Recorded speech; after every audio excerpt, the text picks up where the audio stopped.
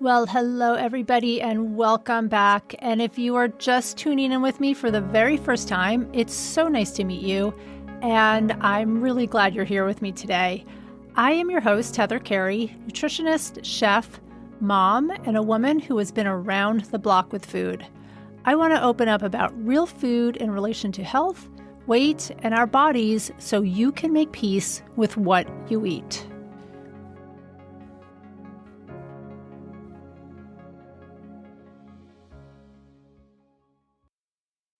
Hi, everybody, and welcome back to the Real Food Stories podcast. So women are on an endless hamster wheel of looking for the secrets to weight loss, gaining energy, feeling younger, and getting healthier. I know that there's always a new diet, a new program, or a new theory on why women gain weight and have trouble losing weight. And it's intriguing to look at the genetics and DNA as a factor in our health. I don't know that much about this. I am not the expert. So I'm calling in the experts today, and I have Tamar Lawful with me. So let me tell you a little bit about Tamar. A trailblazer in the integration of pharmacy, nutrition, and genomics, Dr. Tamar Lawful is a doctor of pharmacy, advanced practice pharmacist, and certified nutritional genomics specialist. Beyond her academic achievements, she's CEO and founder of Life Balance, and she designed the In Her Glow health coaching program, which empowers working moms towards optimal health and reducing the need for medications. Dr. Lawful offers practical insights into weight management and reversing diabetes by utilizing nutritional genomics for a customized health approach, ultimately helping them enjoy life and thrive once again. So welcome, Tamar. I'm so happy to have you here so we can get to the bottom of just using our genetics as far as losing weight and feeling good as busy women. I wanted to ask you just to maybe define what genomics is and what the field of genomics is doing right now. Yes, first, thank you so much for having me, Heather. It's a pleasure to be here on your show. So when it comes to genomics, my specialty is nutrigenomics. So we're looking at nutrition, we're looking at food and the impact it has on your genes. Many of us don't realize that food actually has the ability to, in a sense, turn on or turn off our genes. So might be coded genetically to be at high risk for, say, diabetes. The foods that we eat can actually turn on that gene, making it very active so that we are going to present with diabetes based on how we're eating, or there are certain foods that we can eat to limit that risk of diabetes so that it's not going to actually present or manifest itself. So the science of how food impacts your genes. Okay. So tell me then a little bit more about how food can turn on certain genes and then turn off certain genes. So are you saying that and we're just going to talk about women today. I know that this can affect all people, but can women get affected by then certain foods when others can't because of their DNA and their genetic makeup? Yeah, so we've already, when we're born with the genetic code already, we're already coded for whatever it is, right? So our environment and our food will impact whether it's triggered, let's just say that, whether the gene is going to activate pretty much. The gene is there, but it may not actually come activate to manifest as what it's coded for unless we are eating certain things or being exposed to certain things in our environment. So one woman, for example, could eat, I guess, a lot of high sugar, high carbohydrates and never develop diabetes, right? Where another one can be eating the same diet and possibly develop those health issues. So Exactly, Heather, because the woman that is eating sugar and eating carbs and not ever manifesting with diabetes, she likely never had the genetic code for being at high risk for diabetes. She probably has other genes that are helping her metabolize sugars better.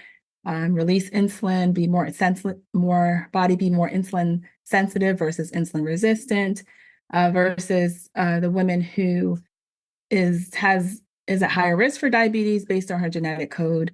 The foods that she eat is going to likely enhance the risk of developing that disease. Okay. And so genomics then can help us figure this out. How it can definitely help us figure it out. Okay. And tell me how do you go about finding out if you have these certain genes that you can turn on and off? We do nutrigenomic testing, which is a saliva swab from the mouth, and it runs a panel sequence of genes that are specific to nutrition, specific to how we metabolize fat, how we use energy, and a various of other nutrition and physical related genetic variations. And when I say variations, it means just our gene sequence, there might be a slight alteration in it that as a result of that, that puts us at higher risk because of that alteration, higher risk of certain diseases or not being able to process foods a certain way. So once that test is complete, the report actually analyzes the sequence of genes and will let us know specifically, we're looking at systems like how methylation is handled by our bodies, how our body handles oxidative stress, inflammation, and a variety of other factors. And from that, it's then able to give us very specific information on the type of foods and lifestyle changes, such as exercises, stress management techniques that would be helpful, specific to that individual. So the clients I have, they get different results. Like someone might be dealing with inflammation as a underlying or root cause of something that's going on with them. Another person might be dealing with a methylation issue potentially, and that genetic test will give them very specific recommendations on what they can do to start getting their systems on the right track. Okay, so these are also some bigger words that my audience might not be that familiar with. I am familiar with these, but like things like methylation, oxidative stress, inflammation. Mm-hmm. I know we've all heard of inflammation, eating an anti-inflammatory diet. That's supposed to be good, I think, for everybody. But what happens if you run more at risk for methylation? What is methylation exactly? So methylation has to really do with how we use energy in our body. And a lot of people, it's necessary for how our cells work down to the core of our cells. So someone who's having methylation issues may have a lot of problems with symptoms of fatigue and also possibly even crossing over into detox and being able to clear toxins out of the body as well when it comes to methylation as well can cross over into that.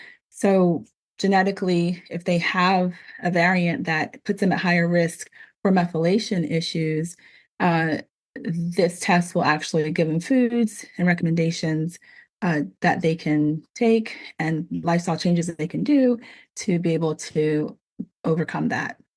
And I think a more common one that we all can relate to is inflammation. The test does look at how your body is handling inflammation or the risk of not being able to really deal with inflammation that well.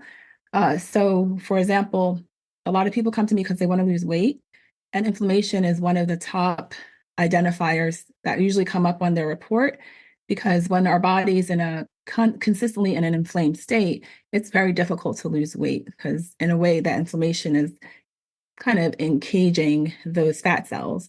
So until we start addressing inflammation, it's going to be very difficult to lose the fat and to lose weight. Okay, so you're talking about chronic inflammation, right? There's two, right? There's acute inflammation. That's like if we just cut ourselves or something, right? We go like our body.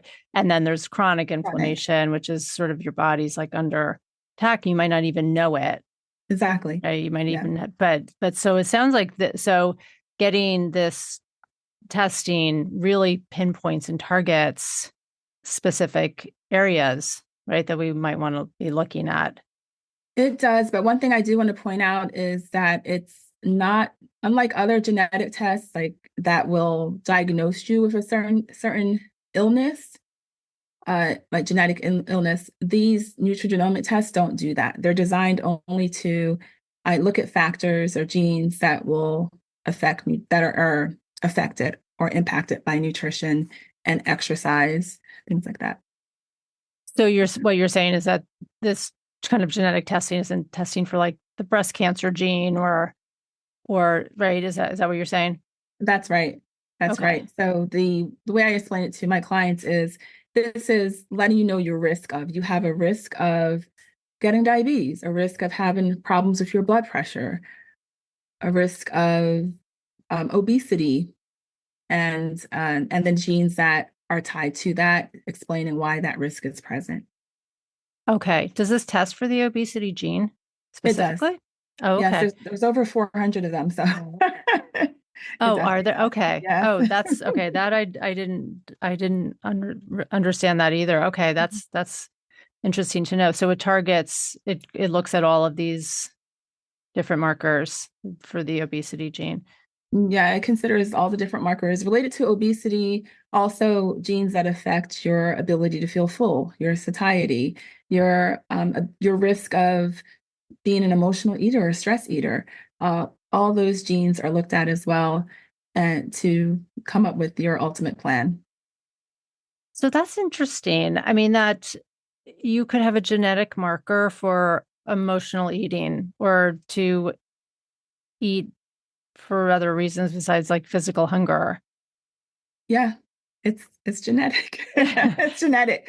And for example, I've worked with other practitioners that use nutrigenomic testing, and they I'm going to go through the experience of this one person I talked to because it was so significant to me. She shared that one of her clients had been struggling with obesity for a long time, and she's told usually, you have to exercise, but she's in so much pain from the weight that she carries that it's very difficult for her to exercise.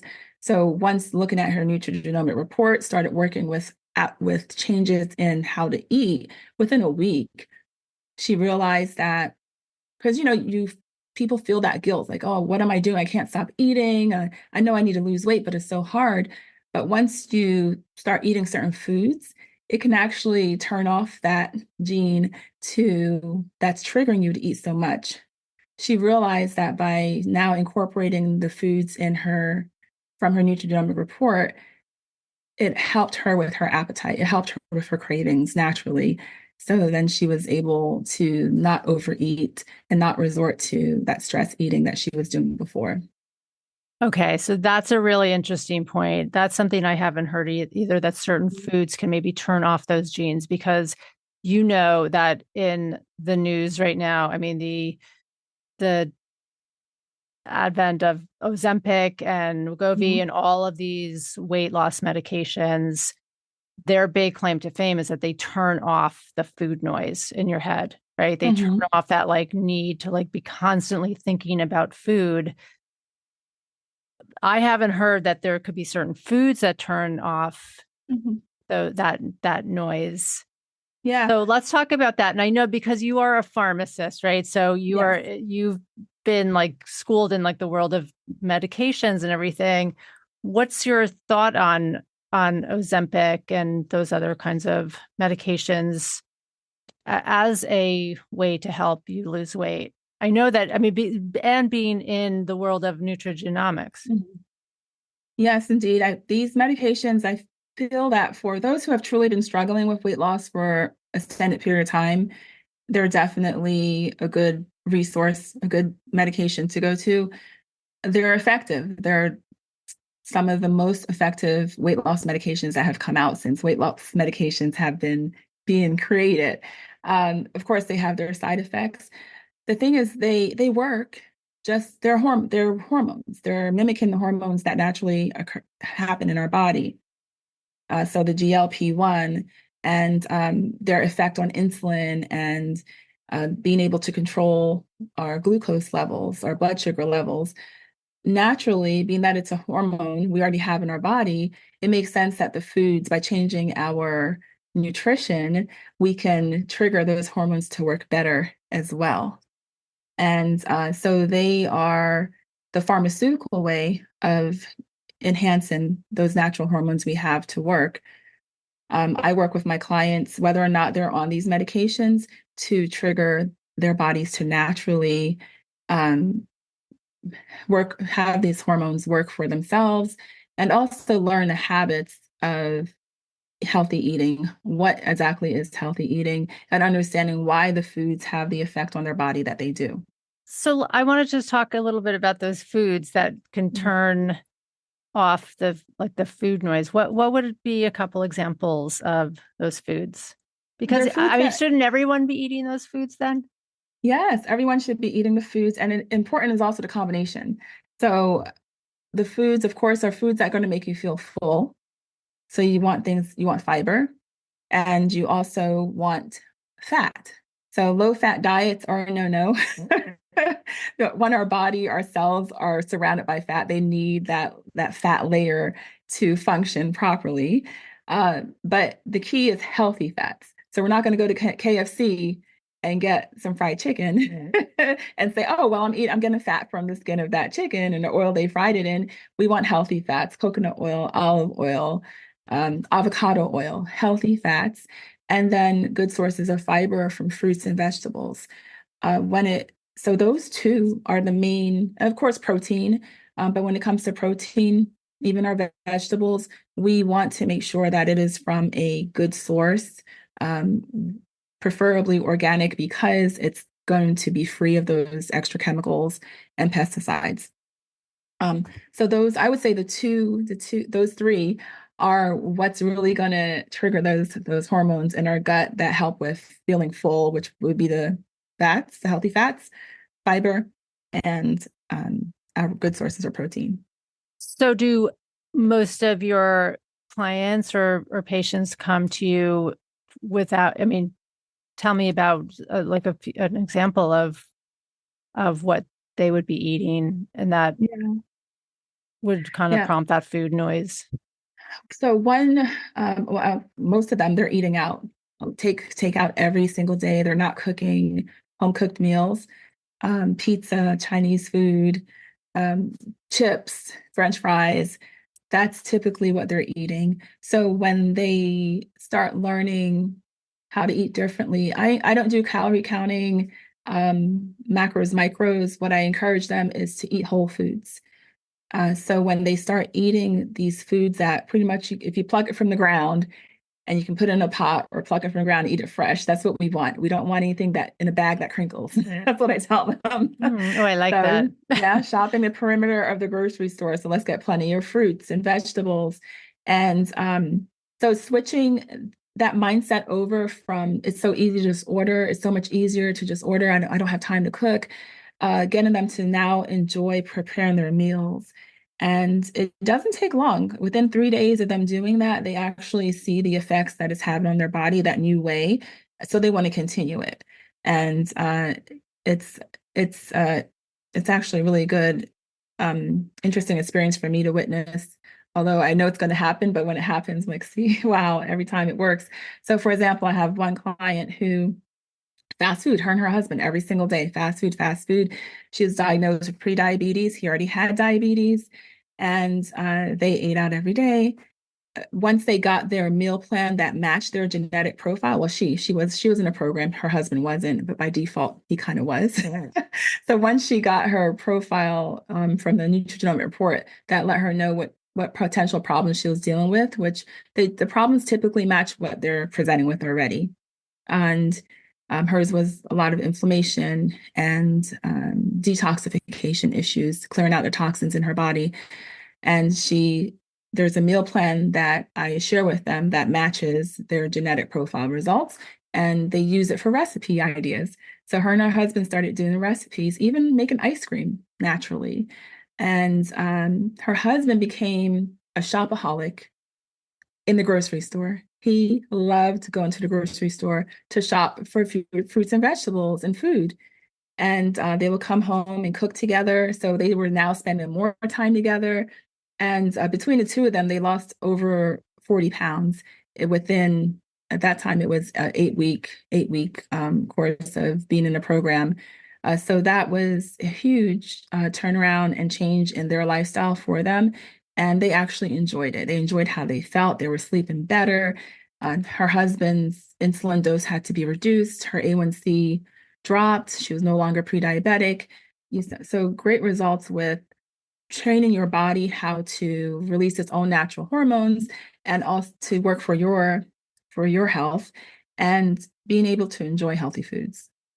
So it sounds like it really like just the bigger point of doing the testing is that it really targets you very specifically, and then you can set up meal plans and a plan of action for people that's very, very exact for them, rather than just here's the healthy. I mean, because what you're saying is things that I would do for my clients too without testing. I mean, everyone should be eating fiber, healthy fats and protein, right? I mean, we all should be doing that, but the testing helps to really target in and give some information and to show your risks, right? Versus actual diagnosis. And some might already come in with what they're saying they're at risk for because they haven't been, having that lifestyle with the healthy eating. Another unique portion of the test is your exercise, the type of exercises that would work best for you when it comes to weight loss or heart health. I'm going to share my personal experience. I always share this because it was so shocking to me. I used to do high intensity training, interval training, like 6 days a week before I had my baby. And it worked. Like I lost 40 pounds in 24 weeks. And, but after I had my baby, my hormones changed and I was no longer able to I did high intensity training, but my weight wasn't going anywhere at all. So I did a genetic test and it told me specifically that I struggle with oxidative stress, meaning that there's just too much stress going on in my body, and that can cause cell damage, leading to fatigue and a whole bunch of other issues. And that's exactly what I was experiencing. I was always tired. And it also recommended that high intensity training I shouldn't do, maybe no more than twice a week, because that's just adding more stress to my body. My body doesn't know if it's running from a lying or exercising. And so once I stopped doing the high intensity training, I went to Pilates, yoga, just did walks. The weight just came off easily because now my body wasn't in that stressful state. So it also gives you insights like that as well that are very specific to you versus someone else that might say, yeah, sure, high intensity training wouldn't be a problem for you. Yeah, no, that's important to know that what kind of movement is more beneficial for you versus others. And now with all this information, women, I know the women that I see, they're busy, right? They're working, they're busy, is it too much information sometimes? Or do you think information, like all this information is beneficial? And, because you said like your example about the husband and wife who they followed the meal plans. They were really excited about, using the specific foods and they were a success story, right? Yeah. So how do you target, how do you address the busyness? This is just a general question, I guess, that we're all really super busy and wanting like quick results and even that like quick diets, like just tell me what to eat. And like, so how do you address that with your clients? Don't we all want quick results. So you can give somebody the directions and then send them off and hope that they follow it. What I do is, because that's what I used to do as a pharmacist, I was counseling patients in the hospital about to be sent home on, this is your medication, this is why you should take it, this is how much you should take. By the way, you have heart failure, limit your sodium intake, try to walk, exercise 5 days a week, 30 minutes, that's all, 30 minutes, 5 days a week. And 2 weeks later, they're back in the hospital. So I realized that I need to be more on hand with my clients. And I created my program to be that way. And that's why I have a 90-day health coaching program. So for 90 days, I'm working with them to implement the recommendations in their nutrigenomics report. And also I focus on what their goals are. What did they come to me for? The nutrigenomic report will give them information on a lot of things, but what is it that they want to work on? And that's what we're going to focus on for those 90 days. That's what we're going to start with. And then as far as time to implement these changes, I have designed my program digitally so that they can go self-paced at their own pace if they want to take in the information. To 2 weeks, it's designed for 2 weeks to work to develop a habit, and then add on the next phase that I go through for another habit for 2 weeks. And the coaching process helps them stay accountable. And I'm keeping up with them throughout the week in between our coaching sessions to see how they're doing. What do they need help with? They're able to text me through our platform and say, hey, one of the clients sent a picture of a keto bar that she was going to buy because she was trying to be low carb. And she said, can I eat this? I said, absolutely not. No, I didn't tell her absolutely not, but I said, look at the back of it, look at the ingredients. And she says, yeah, it's like no carbs. And I said, how much fat does it have? And she told me, and I said, and what are you going to have for dinner? Of course, she's going to have carbs, pasta, whatever for dinner. And I said, so that's a keto bar. When you're doing keto, it's really have to be low carb. You can't mix high fat with carbs, with high carbs. And she wanted to lose weight. That's going to make you gain weight. And she said, oh, let me put that back. And I said, first of all, why are you not on the perimeter of the grocery store? Right. So, just things like that. So they are able to talk to me. I'm able to remind them, keep them accountable, and help them along their journey, their health journey. Yeah, I think the accountability is really key, rather than like your example of when you were just a practicing pharmacist. Here's your medication, here's your go walk 5 days a week, and good luck. And that's like almost like noise, right, in people's heads sometimes. I have to go, walk 5 days a week, and how do I do that? How do I start? And so I think the accountability is super key. And then I think having the testing, the genomic testing, is, as you were just talking, like, you can't really argue with data, right? I mean, you can't argue with your genetics, right? Yeah. So if these things pop up in your reports that you have a tendency towards diabetes or other markers, for inflammation or methylation, things like that, you really can't argue with it, right? I mean, the science is the science, right? It is a science. And that's a good point you bring out, because I do have clients who don't use the genetic testing, but still go through the 90-day health coaching program. And those who don't use it and those who do, the ones who use it, 100% success rate. They reach their goals 100% of the time. And I think it's because they are seeing, hey, this is science. This is me. This is what my body is telling me I need and how I can get to where I want to go. So they're more likely to follow it versus those who haven't done the genetic test. They'll get results, but they don't necessarily stay up. That's just what I've experienced. They don't necessarily stay on course for they're more likely to fall off the wagon, so to speak. Yeah. And it take a little bit longer to get the results. Yeah. Yeah. No, I could see that, because I can imagine that people, it's just exercise more, eat less. It's just it's like blah, blah, blah, blah, blah, right? In our heads, probably like that message that we've been hearing our entire lives. But with the testing, you really have a reason to do certain very specific things. What else besides, we talked a lot about diabetes, and obesity, what other health issues do you usually see come up in these tests? With the high blood pressure is one, and a lot mental health, for example, is another one that comes up. And so with that one, for example, if someone has, I shouldn't say mental health, but like, for example, migraine ability issues, they might have issues with migraines, that will come up. And because like I said, it's not there to diagnose you with medical, like it's not going to say, oh, you have depression or anything like that.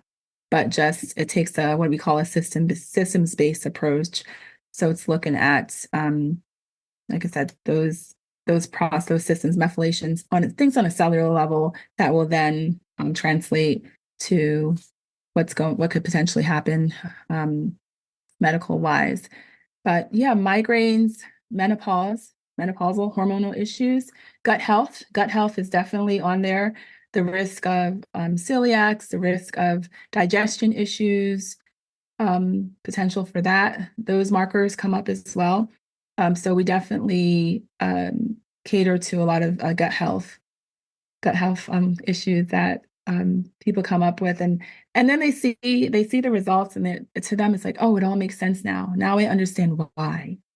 Now I understand why. It's kind of like some people can say, well, it's in my genes. There's nothing I can do about it. But they're realizing, yeah, it's in my genes, but there is something I can do about it now. And it makes sense as to why I was feeling that way and why this was happening. They couldn't put a pinpoint on it and why it was happening. And this test has given them that answer. Mm-hmm. Yeah, no, I think it does give you some clarity. It's almost like going to see a psychic or something, right? It's like, oh, that's why I have whatever, every time I eat wheat or I feel like digestive issues or right. I mean, it gives you the information that you didn't know you had. Right. So so it would be really helpful. So it's like, okay, so let's talk about just hormones then. What would it show up? Because a lot of my listeners are women in midlife and going through hormonal issues. What would show up there then that they have more of a risk for like menopausal symptoms or Right. They will have more risk for menopausal symptoms, the hot flashes. Mood is a huge aspect of that as well. So that plays into um, into the menopause as well. And actually, mood is one of the factors that are pulled out for specific recommendations regarding nutrition and lifestyle changes. And so it just depends when it comes. They're not giving you the exact hormones, just more so. It's more so related to the possible symptoms that are related to menopause that can be drawn out from your genetics. My actual first patient, she came to me because she was having serious hot flashes and mood swings and issues with losing weight over the past 3 years. And she was going through menopause. And she's like, I turned vegan, I did acupuncture, and nothing is working. I'm still miserable. And within the first 2 weeks of just applying the nutrition plan from her genetic report, the hot flashes were gone, mood swings were gone. Now we're 3 years later, and she's still not on any. She was actually considering taking hormone replacement, and she's still not on anything 3 years later, and she's still applying what she learned from her genetics. so right nutrigenomics, right, is you are just prescribing the food. Correct. So so that's encouraging that she was able to eliminate her hot flashes and other symptoms through food. Yeah, so in my program, it's food, but I also focus on other factors. Um, is so I think it's a combination of everything, really. So food definitely plays a huge part. Because like I said earlier, what we eat can impact our hormones, right? As our body changes, improves and gets healthier. In my program, I also address sleep. A lot of my clients do not sleep well. And I spent 2 weeks working with them on developing their sleep routine. There's also the movement activity, the exercise activity, they're inactive. So I think, and also self-care, stress management is something I work with them on. All that comes together really to have those rapid results. But they're habits that take time. The things that I see immediately are from their nutrition because right away they're making those changes within 3 days, 4 days. They feel different and are on the right path, the right track. Yeah. So the top things: sleep, food, movement, self-care, and stress. Right. Yes. Yes. Tall order sometimes, but yeah, if we could all like get these running smoothly, I think we'd be, Yeah. yeah. Yeah. It's and it's hard. It's hard to implement these habits when your whole life you've been doing things a different way. So Right. it definitely takes time. It takes time. And it just popped in my mind going back to the question about the menopause. It's, I think that also comes down to detoxification, which is something the test looks at. So if you're having an imbalance of hormones, for example, you might have estrogen overload, and so that will detect it. So certain pathways in your detoxification process genetically are looked at, and they're likely not to work as well. Then we know that certain hormones are likely to be accumulating um, in your system, and you could have an issue with that as well. Okay. So it really, yeah, targets in. So and when you say detoxification, I want to just clarify that too. You're not talking about going on a detox diet or a juice cleanse or anything like that, correct? That's correct. I'm talking about our actual um, mechanisms in our body. We detox through our liver, right? So naturally, we have the ability to go through certain phases of detox in our system. So if those processes aren't working on their own in our liver, then we have a buildup of a lot of things that can cause us to feel horrible, absolutely horrible. So some people might want to detox through. It's funny because I'm actually in the process of writing a book about about detox, but using our genetics to do it. And Okay. yeah, some people think juicing is it, a juice cleanse. That's temporary. We want something to actually be long term to get our detoxification systems in our body functioning the way they should, again, naturally. Right. So, right. We have a natural detoxification system in our bodies. If we didn't, we would all be dead, right? If we couldn't clear out uh, drugs and, other harmful substances out of our bodies naturally. And a 3-day juice cleanse is not going to kickstart you into cleaning out. So that's a myth. So I just wanted to clarify that when you talk about detoxing and detoxification, that it's just to boost your natural detoxification system. Yes, yes, indeed. Okay. All right, great. Well, Tamar, this sounds, I mean, really interesting. And I think if you are a person who loves information, especially, this would be really, you know, um, great to get tested and to see where you fall in with your genetics. How do people go about doing that? How do they get in touch with you and work with you?